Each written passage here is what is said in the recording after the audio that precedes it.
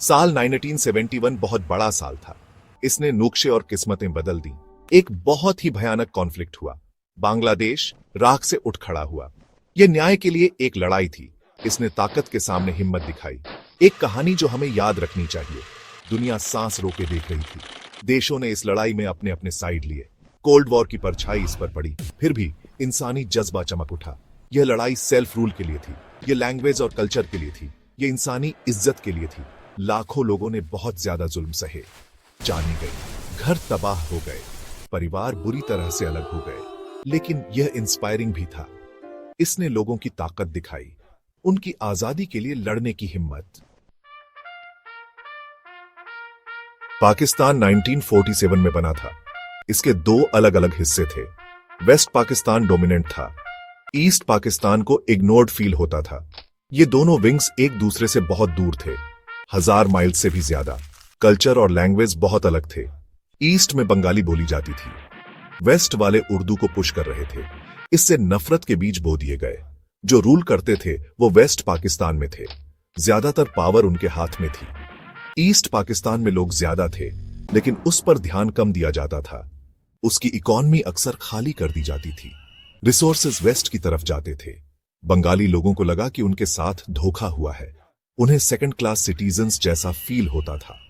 उनकी आवाज सुनी नहीं जाती थी। इससे बहुत गहरा गुस्सा पनप गया। ईस्ट पाकिस्तान के लोगों ने बहुत सफर किया। उन्होंने सालों तक नेग्लेक्ट झेला। उनका कल्चर खतरे में था। उनकी लैंग्वेज की डिसरिस्पेक्ट की जाती थी। गवर्नमेंट ने उन्हें दबाने की कोशिश की, लेकिन बंगाली आइडेंटिटी बहुत स्ट्रांग थी। वो अपने गानों और कविताओं से प्यार करते थे। वो अपनी परंपराओं को बहुत मानते थे। इस कल्चरल प्राइड ने विरोध को और हवा दी। ये अपने अस्तित्व के लिए एक लड़ाई थी। इकोनॉमिक एक्सप्लॉयटेशन बहुत ज्यादा था। ईस्ट पाकिस्तान फॉरेन पैसा कमाता था।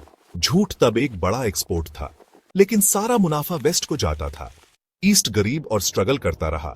डेवलपमेंट के लिए फंड्स बहुत कम थे। जॉब्स और अपॉर्चुनिटीज बहुत कम थे। इस डिस्पैरिटी ने गहरा गुस्सा पैदा किया। लोगों को लगा कि उन्हें यूज किया गया है और धोखा दिया गया है।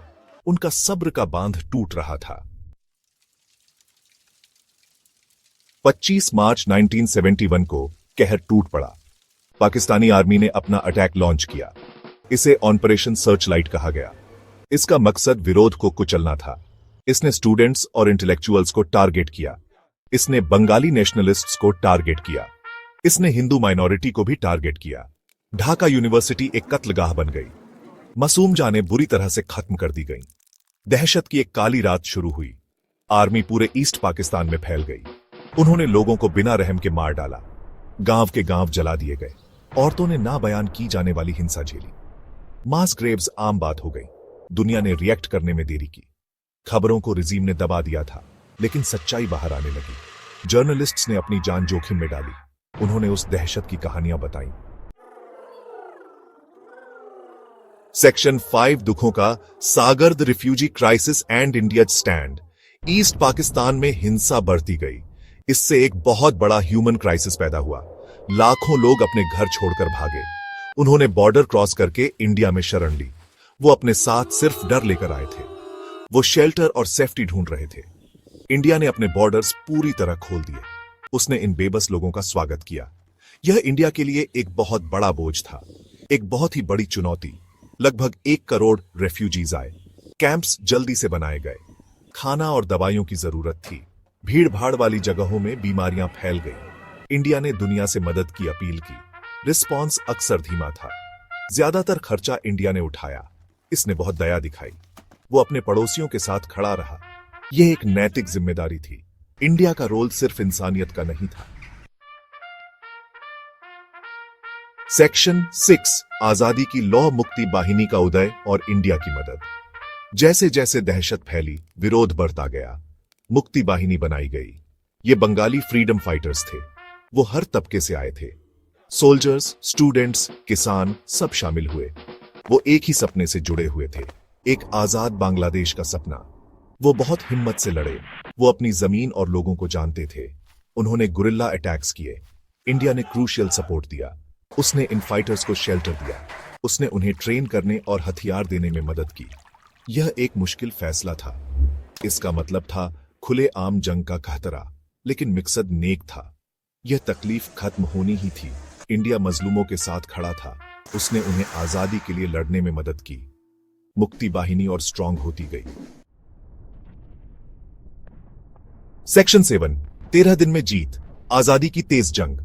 3 दिसंबर 1971 को जंग शुरू हो गई। पाकिस्तान ने एयर स्ट्राइक्स किए। उन्होंने इंडियन एयरफील्ड्स पर हमला किया। इंडिया ने तुरंत जवाब दिया।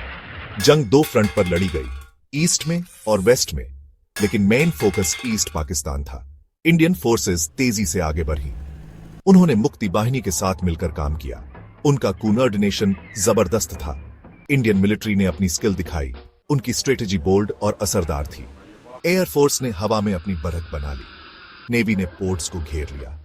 आर्मी हर तरफ से आगे बढ़ी। उन्होंने दुश्मन के स्ट्रांग पोजीशंस को बायपास किया। वो बहुत तेजी से आगे बढ़े। पाकिस्तानी फोर्सेस हैरान रह गईं। वो संख्या में भी कम थे और उनकी चालें भी फेल हो गईं। उनके डिफेंसेस जल्दी ही टूट गए। सेक्शन 8, एक नई सुबह, संघर्ष और उम्मीद से जन्मा बांग्लादेश। पाकिस्तान के सरेंडर के साथ ही खुशी की लहर दौड़ गई। बांग्लादेश ऑफिशियली पैदा हुआ। आसमान में एक नया झंडा लहराया। आजादी का एक नया गीत गाया गया। शेख मुजीबुर रहमान वापस आ गए। वो देश के पिता बन गए। आजादी की कीमत बहुत बड़ी थी। लाखों लोग संघर्ष में शहीद हुए थे। लाखों और लोग बेघर हो गए थे। नए देश के सामने बहुत बड़े काम थे। इस जंग के दूरगामी परिणाम हुए। इसने साउथ एशिया का नक्शा बदल दिया। इसने दिखाया कि ताकत जीत नहीं सकती, लोगों की मर्जी के खिलाफ तो बिल्कुल नहीं। इसने अधिकारों के महत्व को हाईलाइट किया। कल्चरल और लिंग्विस्टिक आइडेंटिटी मायने रखती है। डेमोक्रेसी की हमेशा रिस्पेक्ट होनी चाहिए। ये बहुत इंपॉर्टेंट सबक सीखे गए। दुनिया ने एक नई ताकत को